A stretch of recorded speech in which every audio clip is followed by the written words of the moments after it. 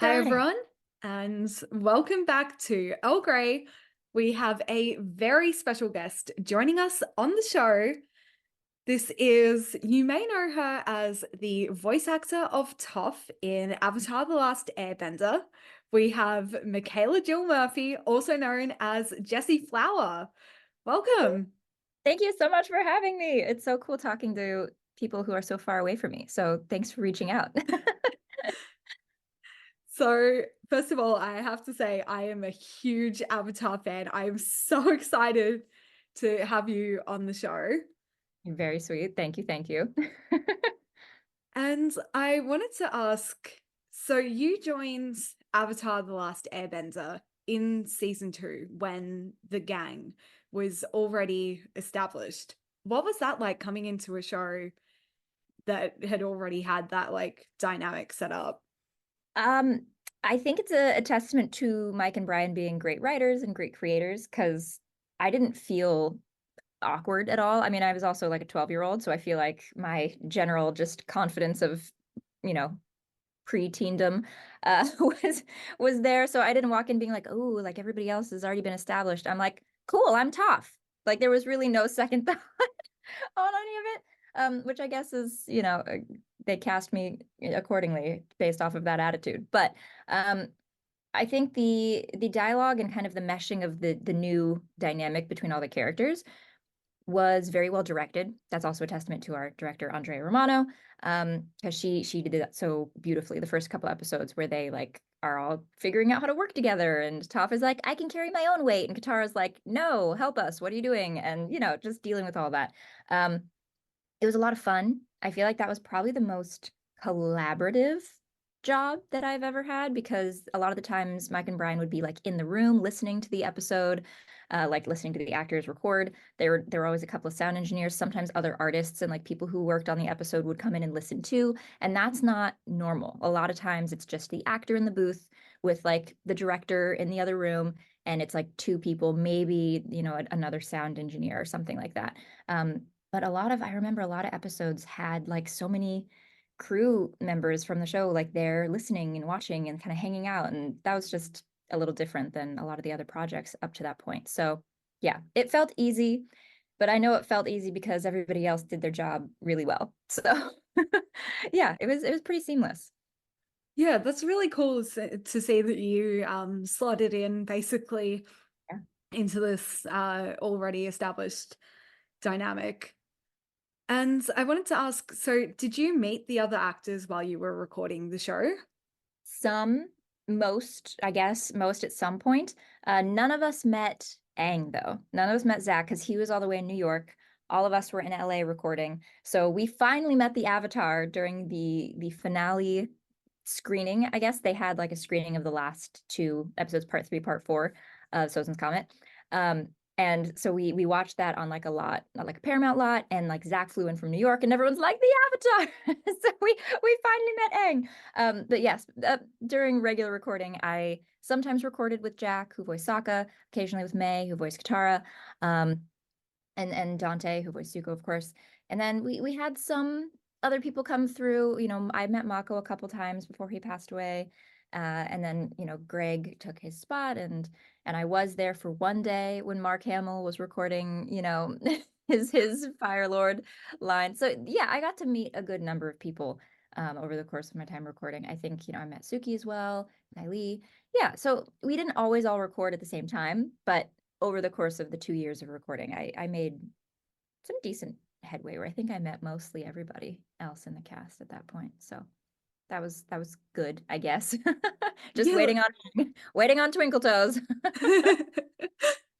No, that's really cool that you got to meet everyone. Because Yeah. when I like imagine Avatar, I'm like, gosh, you were probably in a booth alone doing the whole thing by yourself.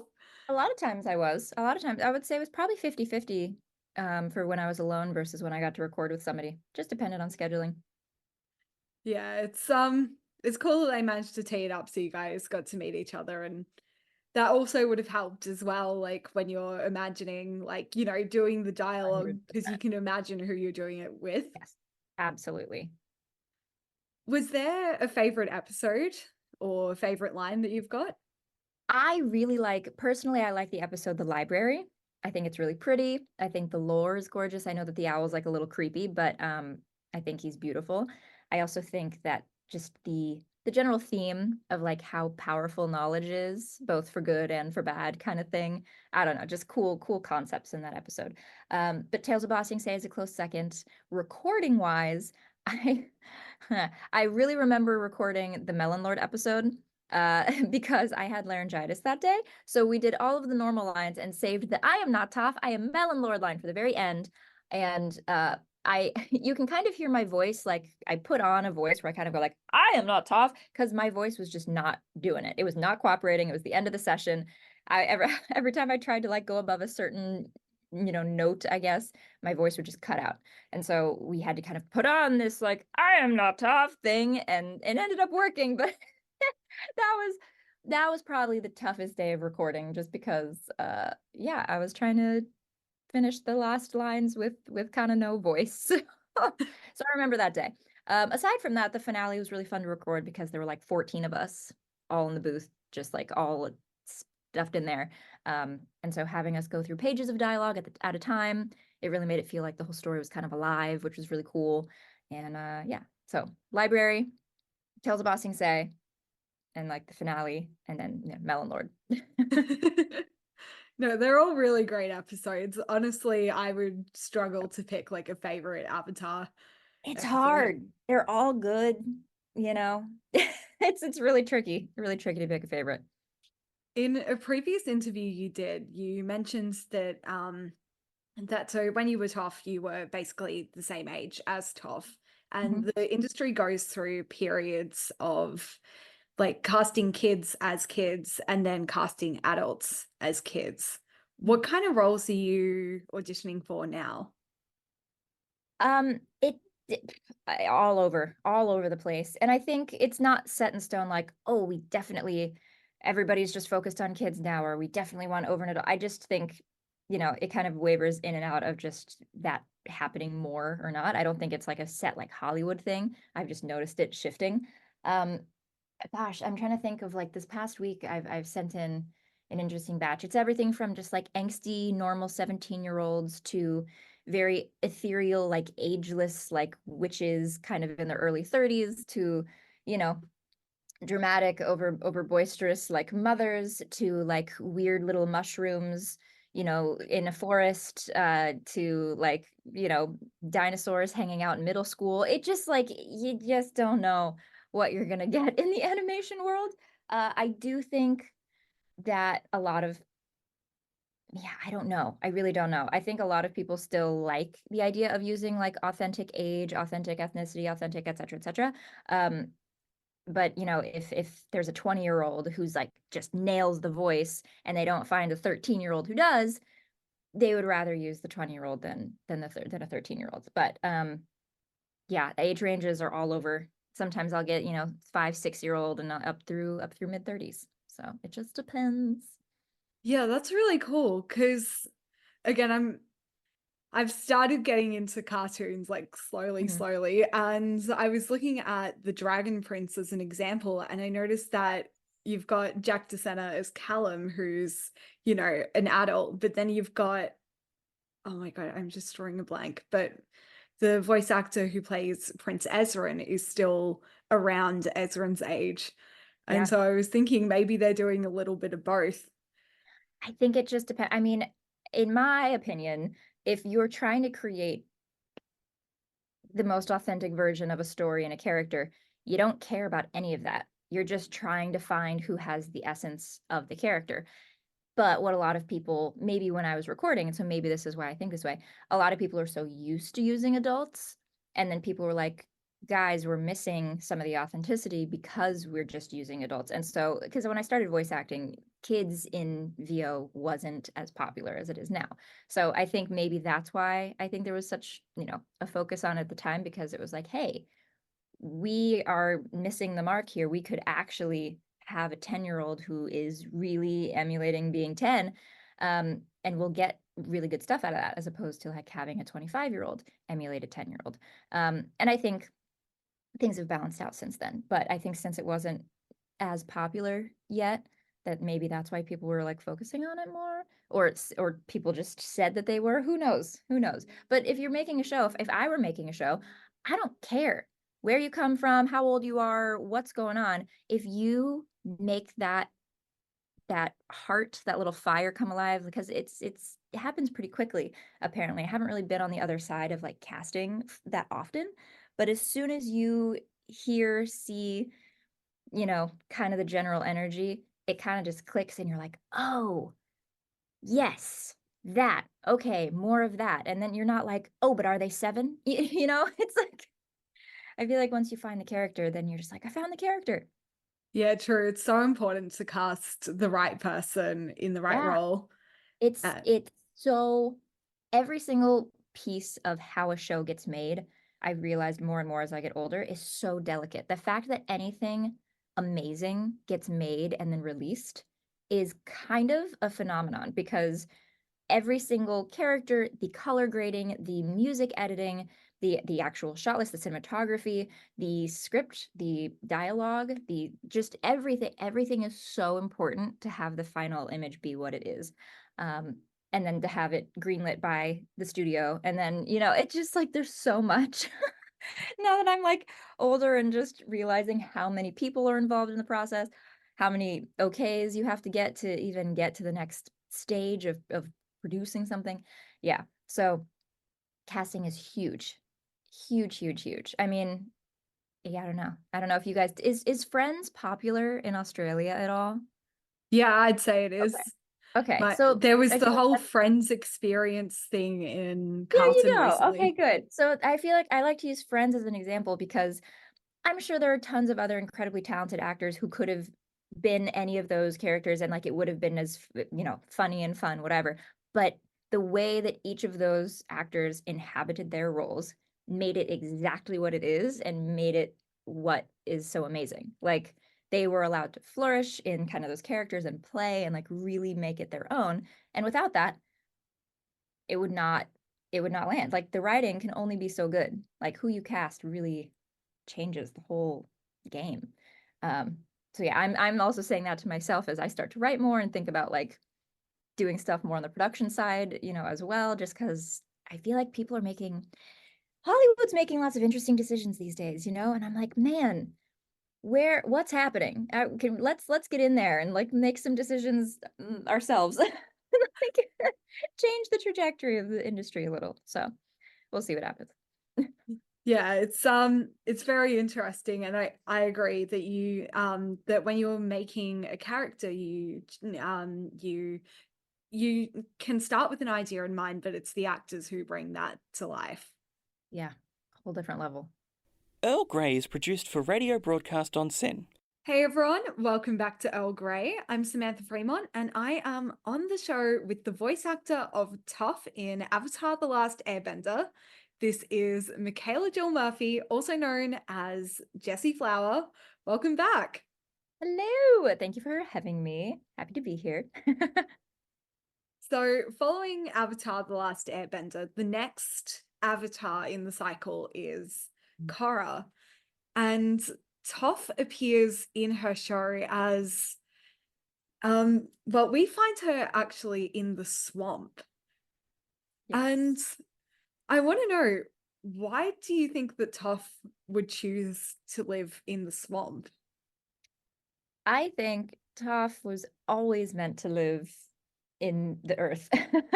I mean, she learned earthbending from badger moles, right? And she was clearly kind of running away from home, escaping from home. And, when we kind of first see her learning earthbending early on, she's like crying in a cave. Who knows why? Probably from being misunderstood. Maybe she got yelled at by her parents. Who knows, right?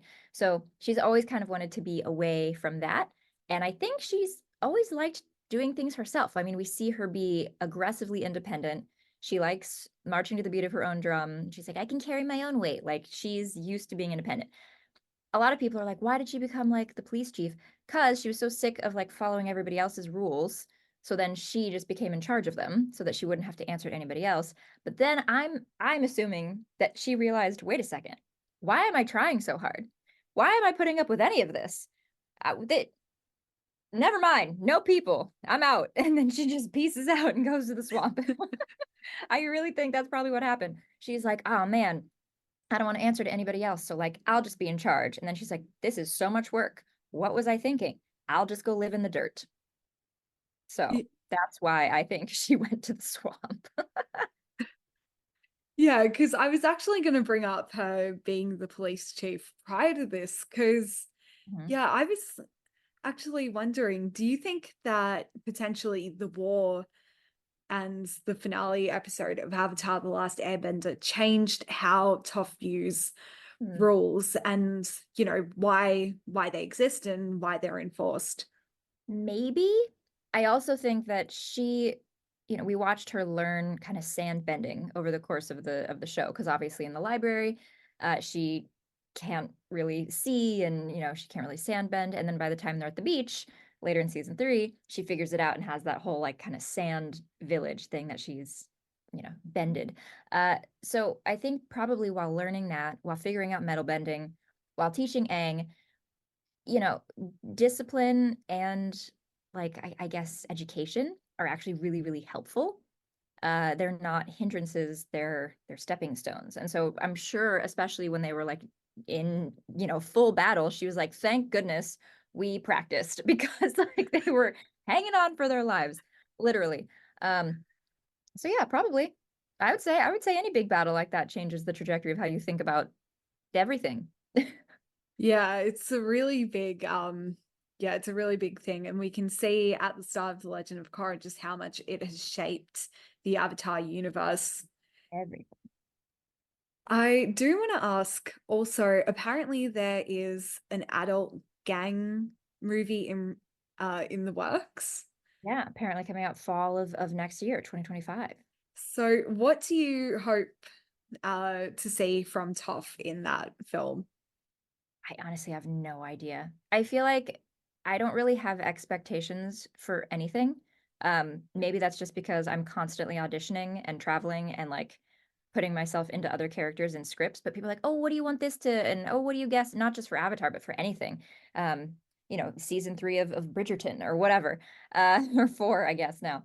But I'm like, I don't know. Whatever the creators make it. I'm not there. So like, why would I hypothesize what it would? Maybe that's also because I'm a writer. I studied screenwriting in undergrad. So I'm like, I don't want to come up with a scenario and then be disappointed. So I just don't.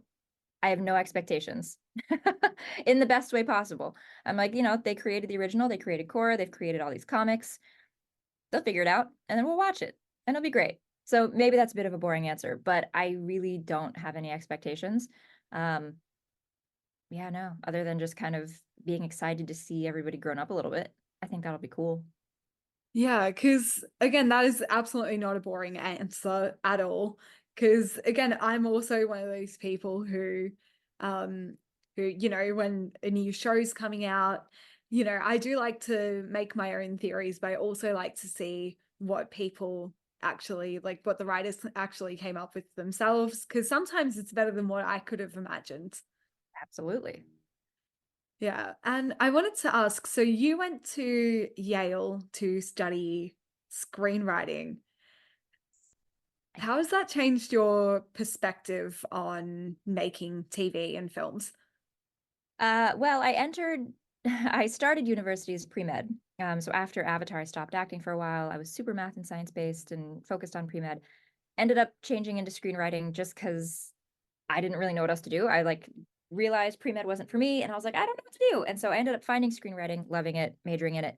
Um, it kind of made me realize how much I've been thinking in film for so long. I grew up in Los Angeles. I've watched a lot of TV and film. Um, and I don't know, it kind of just was helpful to structure it a little bit. It made me realize that I'm really grateful for all the stuff that I have done because I think of dialogue very easily. I think of scene direction pretty easily, and like all these things come naturally to me. So I don't know, it kind of made me realize two things, I guess, on the same spectrum of like how difficult it is and how every single little detail really can impact everything. But also how simple a story is.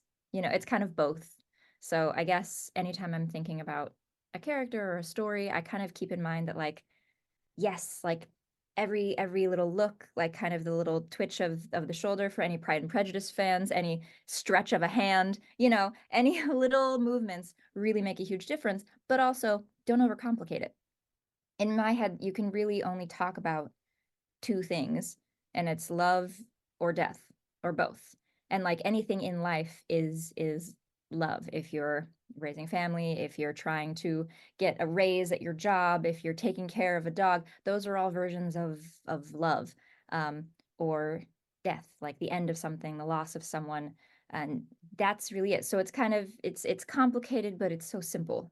So I think that's my main takeaway from, I guess, thinking about film more and screenwriting. Yeah, it's so important that that everything contains an element of love, and that's what makes it human and not like some AI generated garbage, if you don't mind me putting that No, out I there. think we all feel that way. Yeah. And I do want to ask as well that you've also dabbled a little bit in songwriting. So you were involved in a new track called Close to Me by Dunk Murder, featuring yourself on vocals. So how did this all come about? I've been singing for forever. I've been songwriting lightly for a very long time, for over a decade, but I never sat down and really worked on it or released anything because I knew it wasn't good. And people are like, oh, I'm sure it was fine. No, nobody's amazing when you start songwriting. Like you have to go through those growing pains of like writing cheesy lyrics, thinking like, oh, I'm going to write this great thing. And then you actually put it down on the page and you're like, this is terrible. It takes time. And so I never was really loud about it or shared it. Um, and so it's fun kind of talking to people. They're like, oh my gosh, music. And I'm like, yeah, I've been thinking of lyrics. There are so many notes in my phone, just of years of just little lines of like seeing two people on the subway who are like really cute and like have this little like moment, or like this old woman who's just reading a book and then like next to some pigeons. I don't know, just little things of inspiration. And I met my co-writer Dunk Moda, just at a party in LA in December. He was like, I do music. I'm like, cool. I was like, I sing, and like sometimes I write lyrics, something. He's like, why don't I just send you some tracks just so you can hear and like just tell me what you think? And I was like, cool, of course, whatever. Um, he's a fan of Avatar, so that helped. And then he did, and there was one track close to me that I really liked. And I was like, hey, can I like mess with this a little? Can I write some lyrics? Can I play with the melody? Is that fine? He's like, yeah. And so then I went over and we started recording stuff. And then we kind of co-wrote the actual music a little. And our version of that was me being like, hey, this one part that goes like, well, can we make it like what like, and he just had to like translate what I was trying to explain. And then he would, do his little typing magic, and adjust things in, on the track. And I'd be like, yes, like that. Can we raise the level on that? And then there's this weird little breath thing. Can we take that down? So we just like, work together to make it work. And then he's like, he already has songs released. And he's like, I want to release this. And I'm like, cool, let's do it. And then we decided to make a music video, which is in post-production. My first time doing that. So I'm finally just having fun. And like, I really like the song. It's an EDM track, electronic track. Technically it's progressive house. That's not the only style I sing. The next thing I'm going to work on is pop song. And I also sing country, I sing musical theater, I sing some jazz. So I'm just trying to figure it out. I'm playing with it. I'm having fun. And I'm liking that there's no pressure with that. So Yeah, it's really cool that you're finding out like in music what you like. And yeah, I'm really excited for the Close to Me music video when it does drop. But in the meantime, we will be listening to a very special song. So what is the name of this song? Close to Me by Dunk Moda featuring me, Michaela Jill Murphy.